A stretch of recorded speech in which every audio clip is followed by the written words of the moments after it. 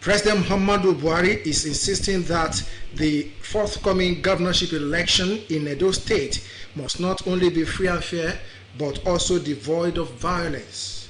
State House correspondent Adamu Sambo reports that the president said this while granting audience to the former national chairman of the APC and member of the party's campaign council for the election, Mr. Adams Oshiomhole. Meanwhile, the Bayelsa State Gubernatorial Petition Tribunal has nullified the election of Governor Duoye Diri of Bayelsa State. The election was nullified based on a petition by the Advanced Nigerian Democratic Party, which argued that it was unlawfully excluded from participating in the election. Monday's ruling comes 2 days after the tribunal dismissed 3 other petitions against the election of Mr. Diri of the People's Democratic Party. The long-awaited 2020 SSC examination has commenced across the country and in FCT schools. Hadiza Godwin Ebune, who went around some schools, reports that the examination commenced under strict COVID-19 protocols, with teachers, students, and examiners abiding to the social and physical distancing. Under strict COVID-19 protocols, students were checked at examinations. West Africa Examination Council Supervisor Nkiruka Amolu says this year's question papers are customized to enable proper identification of candidates. You don't need to have a different answer sheet to a different question paper. Everything is customized now. Okay. At about 10 a.m., General Mathematics, which is the first paper on the 2020 SSC timetable, the candidates say they cannot be more prepared as all stakeholders have come together to ensure their success. I've read all of this. It's normal. It's not that hard. It's easy. The normal wire questions. The school has prepared us for all this. If you actually studied and listened in class and listened to what your teacher said, you hopefully pass this exam successfully. Teachers, principals, and head of schools say the 2 weeks resumption gave them ample time to mentally prepare the students for the examinations. The government has also provided everything needed for the takeoff. We've been doing face-to-face classes and all that, and I sincerely believe that with the little that we've been able to do over the time, plus what we have been doing for the past 3 years, from SS1 to now, I think they should be able to do well. All stakeholders are optimistic of a successful outing of the 2020 SSC amid COVID-19 pandemic, which almost altered the 2020 academic session. Hadiza Godwin Ebune, NTA News. 37 suspects have been arrested by the Ogun State Police Command for alleged involvement. Police Edward Ajogun, who paraded the suspects before newsmen in Abeokuta, warned criminally minded individuals, including land grabbers, to relocate from the state or meet their Waterloo, as the command has zero tolerance for crime and criminality. The suspects paraded include a 36-year-old alleged Prophet Olanrewaju Owodunni, who raped an 8-year-old girl around Songo area of Ogun State under pretext of performing a spiritual cleansing on the girl. As you follow me go, now I will reach house. I pour this thing when I want to pray with her, I pray with her. So after that, now me and the girl. 8 years. 8 or 18? 8. Also in police net is Ebenezer Ajigbotoluwa, who specializes in swindling unsuspecting members of the society for spiritual solutions. He was arrested at Olomore area of Abeokuta for allegedly having unlawful cattle impregnating them. Yes, I collected about 120,000 naira. I impregnated the sister. The one of them, the sister. That was what I knew.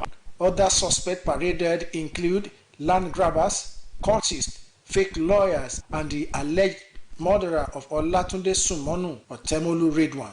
The State Commissioner of Police, Ogun State, Edward Ajogun restated its determination to ensure that Ogun State rewarded people. Criminally minded persons and deviants alike are therefore advised to turn a new leaf before the long arm of the law catches up with them. Let me see this opportunity to warn those who are in possession of illegally acquired arms and ammunition to surrender them at the nearest police station to them, as the command has embarked on search, including house-to-house search for such arms. Items recovered include SUV car, arms and ammunition, assorted charms, among others. As a way of accommodating new correctional measures introduced into the nation's criminal justice system, the sentencing guidelines are being put together by the Federal Ministry of Justice and the Presidential Committee on the Congestion and Reform of Correctional Centers. Justice Minister Abubakar Malami says the new guidelines will consolidate both custodial and not left unguided as to how to sentence offenders in our nation's criminal justice system. Whether these sentencing are uniformly applied or not is another issue entirely. But while this issue is being battled with, there are other laws emerging that also need equal sentencing guidelines, such as the... In addition to the custodial measures the courts have been used to, there are now non-custodial measures which the Presidential Committee on Correctional Service Reform has been working on. For every federal government intervention in our justice system, the FCT High Court is the first platform. So, the new sentencing guidelines. Some of the weaknesses in the extant sentencing guidelines you have been using. Ambiguity on whether the imposition of non-custodial sentence is an alternative to imprisonment or additional to custodial sentence.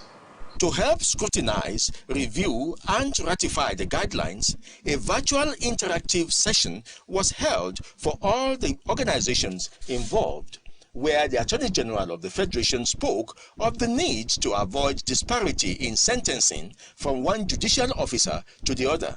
The objective of the proposed consolidated sentencing guidelines are as follows. Set out the required reasonable uniformity and fairness in the imposition of sentences. It is hoped that the consolidated sentencing guideline will be ready. After this turnout, please stay with us.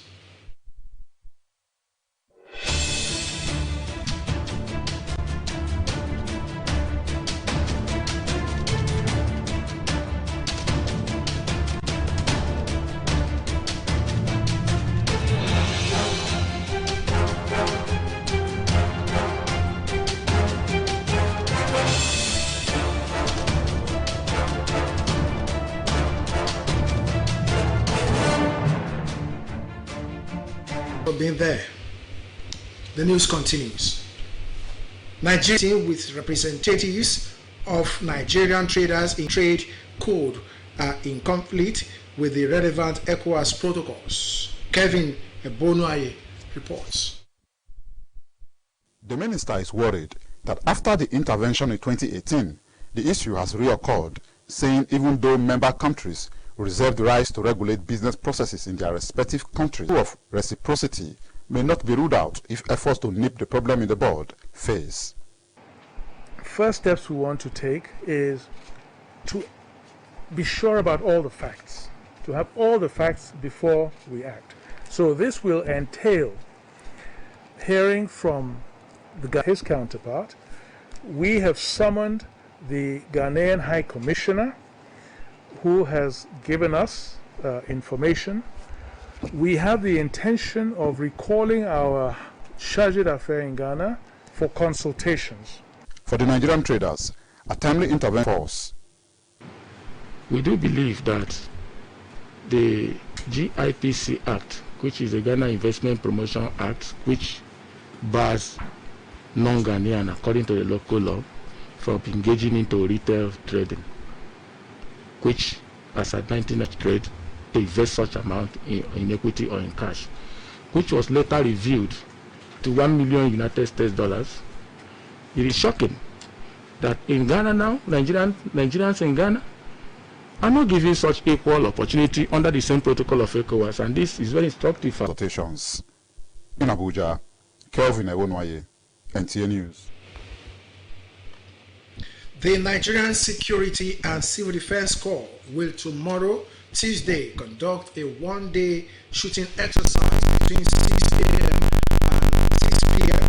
A statement signed by the shooting range will hold at 35 Artillery Brigade range at Nta Abeokuta. The exercise, the statement notes, will involve movement of men of the corps and their equipment within the town, especially around Alamana. In view of this, the brigade portion size.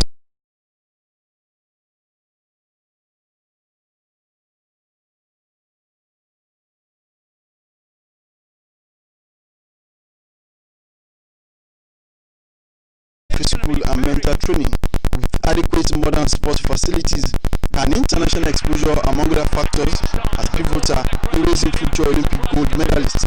When I was preparing for my Olympics, I went to Malaga, I went to China. Okay. Elsewhere in Lagos, the lockdown declared by the federal government early this year due to COVID-19 has started yielding positive results aside curtailing the spread of the virus, as some athletes in Lagos use the period to venture into learning vocational skills. One of such athletes is Nta Abeokuta, a professional player with MFM. Shoemaking is a man's job. MFM is not just sport.